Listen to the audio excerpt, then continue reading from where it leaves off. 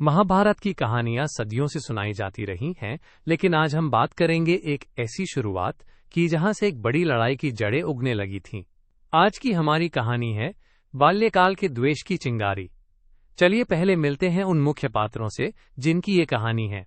पांडव और कौरव, दो परिवार, दो समूह जो एक ही राजघराने से आते थे। पांडव 5 भाई थे जिनमें सबसे ताकतवर और दिलदार थे भीम। वहीं कौरवों के 100 भाइयों में सबसे बड़ा था दुर्योधन, जो अपनी चालाकी और महत्वाकांक्षा के लिए जाना जाता था। दोनों पक्षों के बीच जो रिश्ते थे वे थे चचेरे भाई के, लेकिन मन के नहीं। समय था जब ये बच्चे कसौटी पर खड़े हो रहे थे। महाभारत के प्रारंभिक दौर में जब ये राजकुमार युवा थे, तब उनकी ताकत, उनकी समझ और उनका स्वभाव धीरे धीरे सामने आ रहा था। भीम अपनी असाधारण शक्ति के लिए सबके बीच अलग थे। दुर्योधन जो सबसे बड़ा था, कौरवों में उसे भीम की ताकत से जलन होने लगी। वो चाहता था कि वो सबसे बड़ा और सबसे शक्तिशाली बने।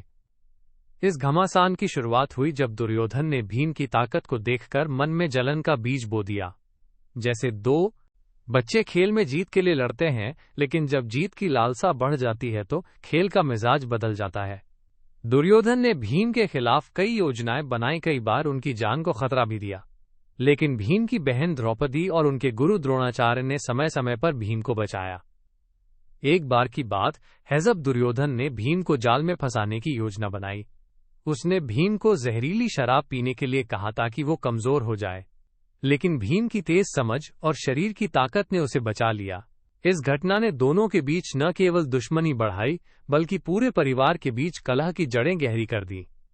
यहाँ पर हमें समझना चाहिए कि परिवार में जब भी ईर्ष्या और जलन की भावना बढ़ती है तो रिश्ते टूटने लगते हैं।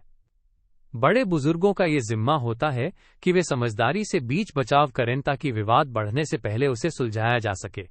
महाभारत के इस दौर में भी यही आवश्यकता थी, लेकिन दुर्भाग्यवश परिवार के बुजुर्ग भी कभी कभी पक्षपाती हो जाते थे या सही समय पर हस्तक्षेप नहीं कर पाते थे।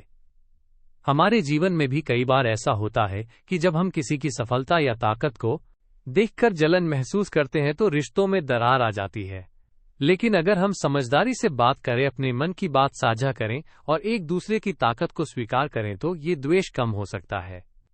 तो दोस्तों, इस कहानी से हमें ये सीख मिलती है कि बचपन के द्वेष चाहे कितने भी छोटे लगें, अगर उनका सही समय पर समाधान न किया जाए तो वे बड़े संघर्षों की चिंगारी बन जाते हैं। और परिवार में प्रेम और समझदारी का होना कितना जरूरी है। आगे जब ये बच्चे बड़े होंगे तो उनकी ये जंग और भी भयानक रूप लेगी। लेकिन आज के लिए बस इतना ही। धन्यवाद सुनने के लिए।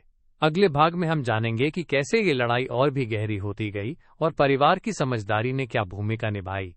फिर मिलते हैं महाभारत की अगली कहानी के साथ। तब तक खुश रहिए, सीखते रहिए। जय श्री कृष्ण।